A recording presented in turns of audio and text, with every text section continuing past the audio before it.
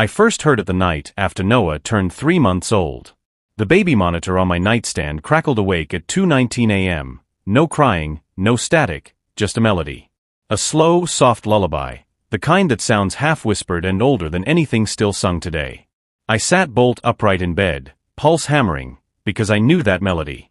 It was a tune my mother used to hum when I was a child, back when bedtime meant safety, not silence. But my mother died in 1997. And this was no recording. I wasn't playing music in Noah's room. I wasn't even in there. I crept down the hallway in a fog of nerves, peeking into his nursery, heart clenching.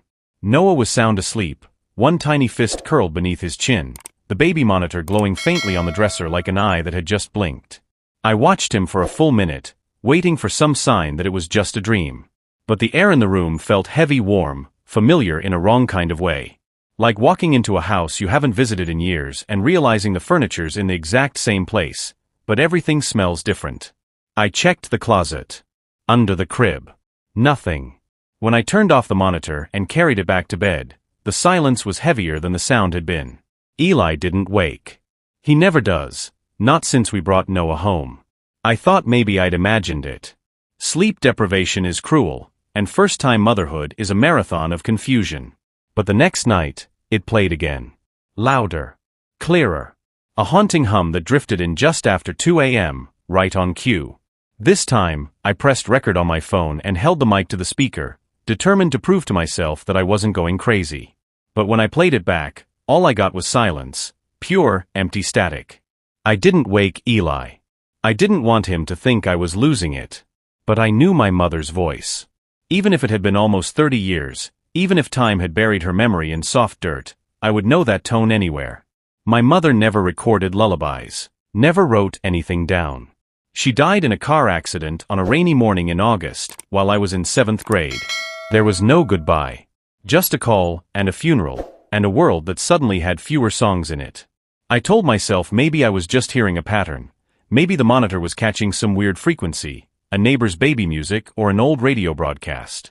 But the next night, the monitor didn't just hum. It sang. In words. My mother's voice, unmistakable, humming the same tune, and whispering lyrics I had never heard in my life. Close your eyes, don't make a sound, cradle's safe when I'm around. I froze. I sat in bed, phone in hand, watching the monitor blink like a heartbeat. My own baby slept undisturbed down the hall. And the woman who raised me, long dead, was singing to him. I played the recording again. Nothing. Not even white noise. The next morning I told Eli something strange had happened, just enough to test the waters. He gave me that worried half-smile husbands give when they think you're just exhausted. He kissed my forehead and suggested I nap during Noah's next feeding window. I nodded and said nothing more. That afternoon, while Noah napped, I searched the attic. The baby monitor had come from up there. It wasn't new. It wasn't even digital. Just a clunky plastic speaker with yellowed buttons and a frayed antenna. I found it tucked in an old box labeled Infant Grace. My name. The same box had an old rattle, a onesie with a rabbit stitched on the chest, and a journal with only one page written in it. A single sentence, I don't want to raise just one. I stopped breathing. My mother had been gone nearly 3 decades. She'd never mentioned anything about another child. I was an only child. I was sure of that. Weren't I? That night, I sat awake next to the monitor, watching the clock tick toward 2:19 a.m. like it was counting down to something. At 2:18, it crackled softly. At 2:19, the lullaby began, but this time, it didn't start with music. It started with a voice. Grace. The way she said it didn't sound like a greeting. It sounded like a correction. Like I'd done something wrong. Like I had taken something. You're not the only one who hears me, she whispered. The melody came next, but I wasn't listening anymore. My hands were trembling. My eyes burned. And in the reflection of the monitor's plastic casing, I thought I saw someone else in the room with Noah. A woman. Sitting in the rocking chair by the crib. Humming, gently. I ran. Burst into his room. But no one was there. Noah slept on. The chair was still. The air was still warm. That night, I didn't sleep. The monitor sat silent until morning. And when I turned it off, I swore I heard her voice again, softer now, almost amused. You'll remember him soon. The next morning, I sat across from Eli at the kitchen table, watching him sip coffee like the world hadn't changed overnight. He scrolled aimlessly on his phone while Noah cooed in his bouncer nearby, kicking his feet at nothing. I kept my hand wrapped around my mug, trying to ground myself with the heat. I couldn't bring up the voice, not again. I'd already seen the look in his eyes when I told him about the lullaby, and I wasn't ready to feel like a ghost in my own home. But my fingers wouldn't stop twitching, and my thoughts kept circling the box from the attic, the message, the reflection. Do you remember, I asked slowly, if my mom ever wanted more than one kid? He raised his eyebrows, shrugged. I don't know. She always seemed happy with you. Why? I just shook my head. I couldn't explain it. Not yet. That night, I waited again. Sat in bed with the baby monitor in my lap, the room cold despite the thermostat. I watched the digital clock flip to 2:19 a.m. The monitores red light blinkton. Yelt my bris. The lullaby started, soft and sweet. Then the voice, whispering again, he's not the only one. My stomach turned. He leaned closer. The voice continued, the words now forming something more like a verse. One for morning, one for night/one will sleep and one will fight/they both cried but only you stayed/you took a name, and he decayed. I nearly dropped the monitor. The song stopped. Static returned. I felt like I couldn't move, like something was pressing down on my chest.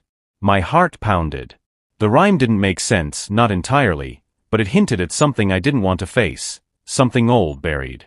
I rose slowly and went to the nursery again. Noah was asleep, chest rising and falling peacefully. But the rocking chair beside the crib was tilted slightly forward, as if someone had just stood up. I reached for it. Warm. Too warm. I backed away and noticed something scrawled on the floor, barely visible in the moonlight. Crayon. Red. Scribbled across the hardwood, Noah is not alone. I didn't remember putting crayons in that room. I scooped Noah up and brought him to our bed, curling around him like a barrier. Eli stirred, confused, but I just whispered he was cold, and he nodded, falling back asleep. But I didn't sleep. I watched the ceiling and listened for the song that didn't come again. The next day, I searched for answers. I drove to my father's nursing home, hands shaking on the steering wheel. We hadn't spoken in months. He never came around much after my mom died. When I entered his room, he looked up with watery eyes, face sunken deeper than I remembered. Grace, he said, smiling faintly. You look like her. I sat, heart pounding. Dad, I need to ask you something. Did Mom ever have a miscarriage? Or another child. His eyes dimmed. His hands shook. For a long moment, he didn't speak. Then, in a brittle voice, he said, she had twins. My world tilted. What? He nodded slowly. You were one of two. But the boy, he didn't make it. Born not breathing. It broke her. She never accepted it. Talked to both of you for months. Rocked 2 cribs. She said she could hear him crying at night. Said he didn't want to be forgotten. My throat closed. I remembered nothing of this. No photos. No mänskchen. Why didn't you ever tell me? I whispered. She made me promise. Said if we pretended he never existed, it would be easier. Said it was the only way to protect you. My vision blurred with tears. What was his name? I asked, barely audible. My father didn't answer. He looked at the floor. She never gave him one, he said. Said he'd tell her when he was ready. That night, the monitor turned on before I could even sit down. 2:03 nachts. The lullaby began, faster this time. Urgent. The voice layered beneath it was no longer whispering. It was singing. Loud and rhythmic, like a nursery rhyme on fire. Left behind and left to rot/one you knew and one forgot/in the night. His name was said/now he lives beneath your bed. I dropped the monitor. It hit the floor and kept playing. My blood ran cold. I stumbled to Noah's room. He was awake this time, sitting upright in his crib, eyes wide, staring at the floor beneath the rocking chair. I followed his gaze. There, etched in deep lines across the wood, were the words, "His name is Graham." I blinked. Blinked again. The monitor in the hallway clicked off. The air returned to stillness. I picked Noah up, holding him so tight he squirmed. I couldn't tell what was real anymore. Was my mother trying to tell me something? Was she angry? Protective? Possessed? Or was this someone else? Something else? I took a pen from Eli's desk and wrote the name on my hand, Graham. Just to prove it existed. Just to see if it faded by morning. But deep inside, I knew what I had done. I had spoken the name. And now it was listening. After that night, things didn't return to normal. They changed subtly, like something in the house had shifted. Like the air remembered something I had forgotten. Every mirror in the house began to fog at odd hours, even when no one was in the bathroom. I'd walk past the hallway mirror and catch movement where none existed. Noah, once peaceful and dreamy, now stared at corners of the room and giggled at things that weren't there. The baby monitor, ever faithful to its 2:19 ritual, now sometimes turned on earlier. Sometimes it played not lullabies, but whispers, fragments of a voice I didn't recognize. Male. Young. Soft. Grace, where are you? It's cold here. She said you'd come. The voice didn't scare me at first. It made me ache. It sounded like a child, like someone small and lonely and stuck. I thought maybe it was Graham. The name still haunted me. I started whispering it aloud during the day, hoping he'd hear me. I began placing small toys in Noah's room, hoping Graham would see them and feel less alone. But nothing happened. Not until the scratching started. I'd wake up to faint scraping, like nails on wood, coming from the nursery. I'd burst into the room to find Noah asleep, but the mobile above his crib would be spinning. Always counterclockwise. One morning, I found the monitor turned to face the wall. That same day, Eli confronted me. He said I looked pale, said I was distracted, said I wasn't myself. Are you seeing things? He asked gently, placing a hand on my arm. I almost told him the truth. I wanted to. But something in me, maybe guilt, maybe fear, held it back. I told him I was just tired. He believed it. That afternoon, I called my Aunt Lydia. She had helped raise me after Mom died. I needed to know more. When I asked her about the twin, there was silence. Then slowly she said, "Your mom wasn't right for a while after you were born. She said she lost a boy, but no one ever confirmed it. There was no birth certificate. No funeral. Just grief. Silent grief. And sometimes, she talked to the empty crib like someone was there. We all thought it was postpartum. But Grace, your mother changed after that." She never saw Lullaby again. I asked her if Mom ever used the name Graham. Lydia paused. Yes, she said. But not for the baby. For someone she said lived in the walls. That night, I moved the baby monitor from Noah's room to the hallway, just outside his door. I needed to see what was happening. I connected it to my phone via an old app and left the hallway light on. At 2:14 a.m., I watched from the bedroom, holding my breath. The screen stayed black for a few minutes. Then the hallway light flickered. The monitor's red light blinked. A shadow passed in front of the lens. I paused the video. Rewound.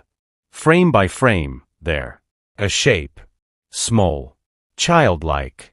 Sitting cross-legged near the nursery door. I zoomed in. Pale face. Hollow eyes. Mouth smiling slightly. I dropped the phone. My heart thundered. I felt sick. I ran to the hallway, but it was empty. Noah was crying. I scooped him up and held him tightly, whispering, "It's okay, baby. It's okay." But even I didn't believe it.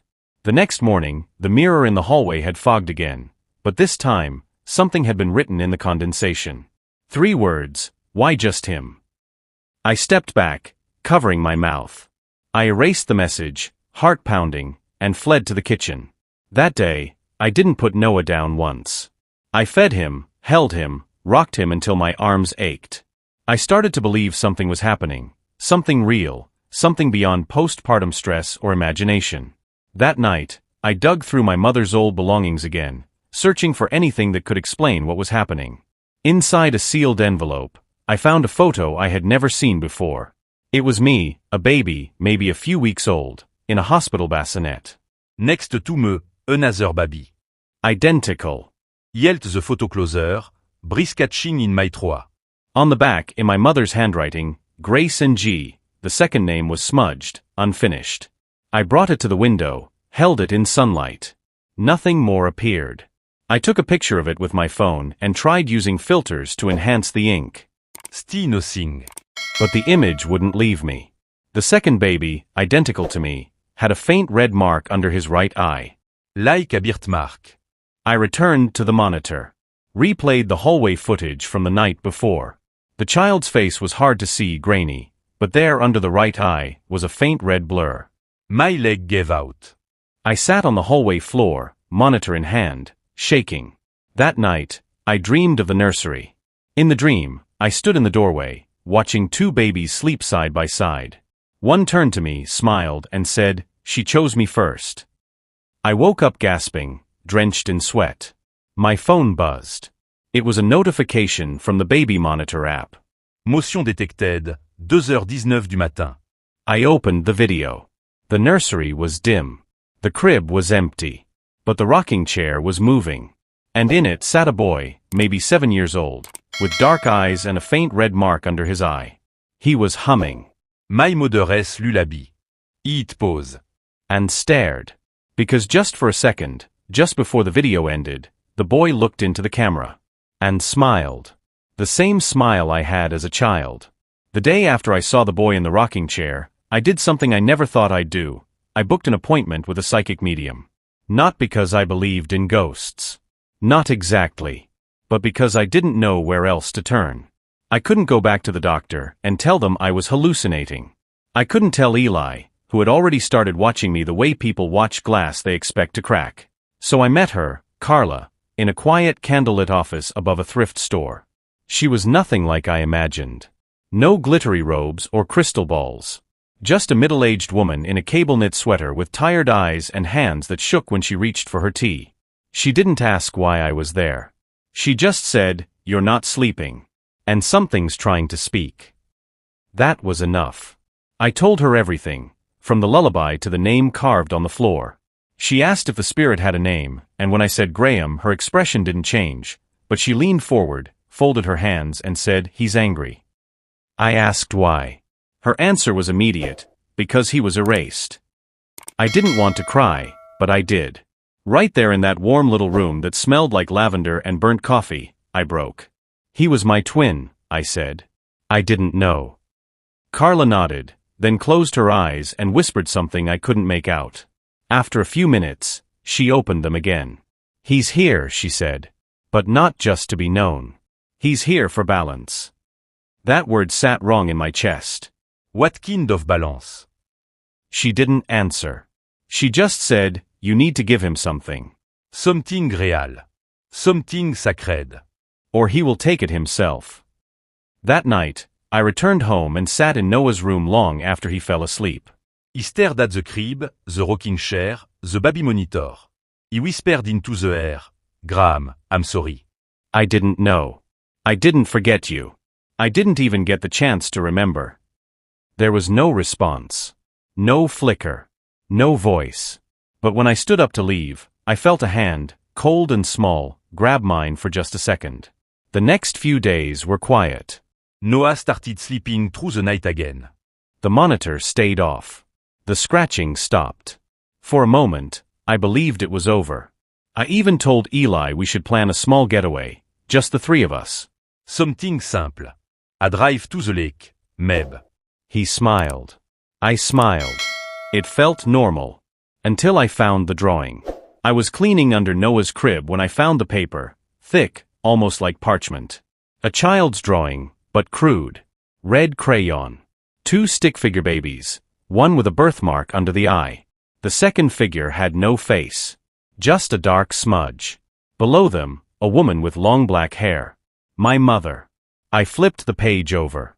For words, she sang to him. That night, I dreamed again. I was standing in my childhood bedroom. The walls were peeling. The crib stood in the corner, empty. Then it wasn't. 2 babies lay side by side, identical. One opened his eyes. The other turned his face to the wall. My mother sat in the rocking chair. She sang the lullaby, but her face was blank. Emotionless. The dream ended with her standing over my crib, whispering, "One of you must stay. One must wait." I woke up gasping. The monitor light was on. But this time, it wasn't playing the lullaby. It was playing the audio of my dream. My mother's voice, exactly as I heard it. I unplugged it, but the sound didn't stop. I threw it across the room. It cracked, sparked. Still her voice played, "One must wait. One must wait." The next day, I called Lydia again. I begged her to tell me the truth. All of it. Her voice cracked. "Your mother had a ritual," she said.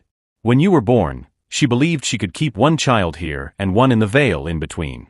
She read about it in some old book, something she found during her grief. She thought if she gave up one child's name, he would stay safe. But she never really let go. That's why she kept singing to him. That's why she built the monitor." I froze. "She built it." Lydia whispered, "It wasn't a regular monitor. She wired it herself. Said it could hear what wasn't spoken."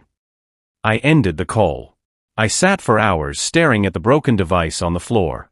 That night, I stayed awake waiting. 2:19 Uhr nachts. Nothing happened. I checked Noah, still breathing, still beautiful.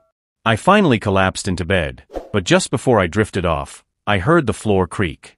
Not outside. Inside. In the closet. I turned on my lamp and walked to it slowly, hand shaking. I opened the door. It was empty. Except for one object. Sitting alone on the floor, a second baby monitor. Identical to the one we had. Old. Dusty. But the red light was on. I bent down, picked it up. It buzzed faintly. Then I heard it, Noah's cry, echoing. But not from the room. From the monitor. Then another cry. Louder. Not Noah. Different. More primal. I stared at the device, and a voice whispered, "She promised." That's when the closet light bulb exploded. Darkness fell. The monitor dropped from my hand, and I fumbled backward into the dresser. Eli rushed in, flipping on the hallway light, shouting my name. But the damage was done. Something had returned. Something that no longer wanted to be forgotten. Not just seen. It wanted something else. Something taken back. Something that only I could give. After the closet incident, I didn't sleep. I couldn't. My heart pounded so loud it echoed in my ears. The second monitor, dusty, ancient, identical to ours, sat untouched on the dresser now, and even though I unplugged it, smashed the batteries, covered it with a towel, the light still came on every night at exactly 2:19 a.m. And every night, without fail, it played something new. A new whisper. A new cry. A new plea. "Come back. You left me." She lied. That last one made me drop my tea. I spent hours digging through every one of my mom's boxes again, searching for anything she might have hidden. Diaries, tapes, letters, but came up with nothing. Then, while reorganizing a shelf in the garage, I found a VHS tape. No label. Just dust and cracked plastic. I hesitated before bringing it in, knowing full well that whatever was on it, I wasn't ready. But I had to know. I set it up in the old player connected to the guest room TV. Eli was out with Noah. He'd insisted I get rest. Instead, I hit play. Static first. Then, color bars. Then, home video. Grainy. A handheld camera recording a woman, my mother, holding two babies. One in each arm. She looks exhausted but radiant, whispering softly to them. "Grace," she says, kissing the one in pink. "Graham," she adds, kissing the one in blue. My breath caught. "Mom," I whispered to the screen. She looked up, as if she heard me. "They said I could only keep one," she murmured, eyes rimmed in tears. "They told me, one belongs to the veil." Behind her, a man I didn't recognize, thin, pale in a gray sweater, stood silently, hands clasped. He whispered something to her I couldn't hear. The camera zoomed slightly on the babies. One giggled. The other cried, loud and shrill. Mom began to sing. The lullaby. And the baby who cried, slowly went quiet. I paused the tape. My hands shook so badly I couldn't breathe. My mom chose. She made a choice. The realization hit like a wave of bricks. She gave one of us up. Not by accident. Not through death. She bargained. That night, I waited in the hallway. I didn't sleep. I sat across from the nursery with the old monitor beside me, and at 2:19 a.m., it glowed again. I stared into its red blinking eye like it was looking back. "What do you want?" I whispered. The static swelled. Then a voice, young, desperate, and unmistakably mine. "To come home." Then silence. I don't remember crawling into the nursery, but I did. The room felt different now, colder, darker, as if something was folding into itself. Noah was asleep, but the rocking chair moved. Slowly. Deliberately. I whispered again, "Graham." The chair stopped. Then, from behind me, a giggle. I turned, heart in my throat. There, standing by the door, was the boy from the monitor. The same boy. 7 years old. Black hair. Pale face. Red birthmark under the right eye. And my eyes. He was barefoot. Wearing pajamas. And smiling. "You remember now," he said. His voice was both foreign and familiar. "You watched the tape." I couldn't speak. I reached out, but he stepped back. "She promised I'd come back," he whispered. "But she lied. So I waited. I waited for you." "I didn't know," I croaked. "I swear I didn't know." "But now you do," he said, and with that, he stepped into the shadow behind the crib, and vanished. I screamed. Eli came running in, cradling Noah, staring at me like I was losing my mind. I tried to explain, but the words failed me. So I showed him the tape. We watched it together. His face drained of color. "This isn't real," he said quietly. "It has to be doctored. Grace, this is a breakdown. We need help." I slapped him. Not hard, but enough to silence him. I didn't need help. I needed answers. That's when I remembered something. My mother's garden. There was a patch she'd never let anyone touch. Even after her death, Dad refused to dig there. Said it was sacred. Early that morning before sunrise, I grabbed a shovel and crept outside. I dug until my hands blistered. At first, just roots, dirt. Then a box. Metal. Locked, rusted, cold. I broke it open with a hammer. Inside, baby clothes. 2 sets. 1 pink. 1 blue. And a journal. My mother's. The pages were weathered, torn, some illegible. But others, clear. The man in gray said if I give up a name, he will protect Grace. I didn't want to, but Graham wouldn't stop crying. I had to silence him. I gave him to the veil. I prayed he would forgive me. I fell to my knees. Cried into the dirt. The boy Graham had been real. And he had been sacrificed. And now, he wanted his place. That night, I locked all the doors. I kept Noah close. But inside, I knew the locks didn't matter. This wasn't about ghosts. It was about blood. Memory. Debt. That can't be buried. At 2:19 a.m., the monitor buzzed again. This time, no voice. No Lullaby. Just breathing. Just waiting. Because Graham wasn't finished. The final night began with silence. Not peace, silence. The kind that hums in your ears and makes every breath feel like a trespass. I had spent the day in Noah's room, packing a bag I told myself was just in case. But deep down, I knew I wasn't running. Not anymore. I was staying to end this. Graham hadn't shown himself since the last time, but I could feel him. In the coolness of the air despite the heat. In the flickering of the hallway light even after we replaced the bulb. In the way Noah stared at the corners of the ceiling, smiling at something I couldn't see. Eli had started sleeping in the guest room. He didn't say it outright, but I could tell he didn't trust me near our son. And maybe he was right. I didn't trust myself either. But that night, something was going to happen. I knew it the way animals know storms are coming. At 2:18 a.m., I sat on the floor of the nursery with the old monitor in front of me. Eli was asleep. Noah, somehow, had already begun to stir in his crib. 1 minute before the usual time. The red light on the monitor blinked once, then again, then stayed on. I whispered, "I'm here." The static cleared, replaced by a faint music box melody. Not the lullaby, something sadder. Slower. Then, the boy appeared. Not in the monitor. In the room. Graham stood near the window, backlit by moonlight, his small hands at his sides, his hair matted, eyes darker than before. He looked older now. Not 7. 9, maybe 10. Time was different for him. You saw what she did, he said. You saw what she gave. I nodded. My mouth was too dry to speak. He stepped closer. You were supposed to come with me, he whispered. She promised. I didn't know, I croaked. I didn't ask to live. But you did, he said simply. And I waited. I waited while you learned to talk, to walk, to be loved. I waited in the dark. A tear slid down my cheek. I'm sorry, I said, and I meant it. I'll do anything to make it right. He studied me. Anything. I nodded. Then trade. That word shattered me. Noah, I whispered. He didn't answer. He didn't need to. You can't, I begged. He's innocent. So was I, Graham said. The air in the room thickened.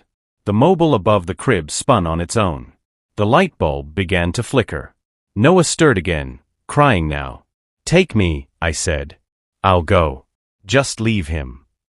Graham tilted his head. You can't come to the Vale. You're already rooted. But someone has to go. His eyes flicked toward the door. I turned, and there was Eli, standing in the doorway, pale as death, holding the second monitor. Grace, he said, what the hell is happening? Don't come in. I screamed, but it was too late. Graham turned his gaze on him, and Eli froze. I saw it, his body stiffen, his pupils dilate. He saw him. Really saw him. And then, Graham stepped back. His voice cracked. He'll do. No. I lunged, but something pinned me down. An invisible pressure on my chest, my legs. Eli gasped, dropped the monitor. It cracked open on the hardwood floor, and from it, a scream. A child's. Graham's. The light in the room exploded into white, then red, then black. When I opened my eyes, I was alone. Noah was asleep. Peacefully. Breathing steady. The monitors, both of them, were dark. Eli was gone. I searched the entire house, screaming his name. Outside. Basement. Attic.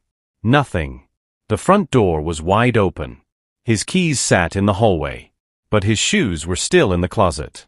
He'd vanished. That was a week ago. The police think he ran. Maybe from stress. Maybe from me. I haven't told them what really happened. Who would believe me? All I know is, every night since, the monitor lights up again at 2:19 a.m. But it doesn't play the lullaby anymore. It plays Eli's voice. Just one phrase. Over and over. I'll take care of him. And I think maybe, just maybe, that's what Graham wanted all along. Not revenge. Not balance. Just a father. A family. A place in this world he was denied. I sit in the nursery every night now, holding Noah close, and I whisper, you had a brother. He loved you. He gave you back your father. And in the silence that follows, sometimes I hear breathing from the monitor. Calm. Content. But other nights, when the wind's just right, I hear footsteps in the hallway. Slow. Child-sized. And I know, he's still here.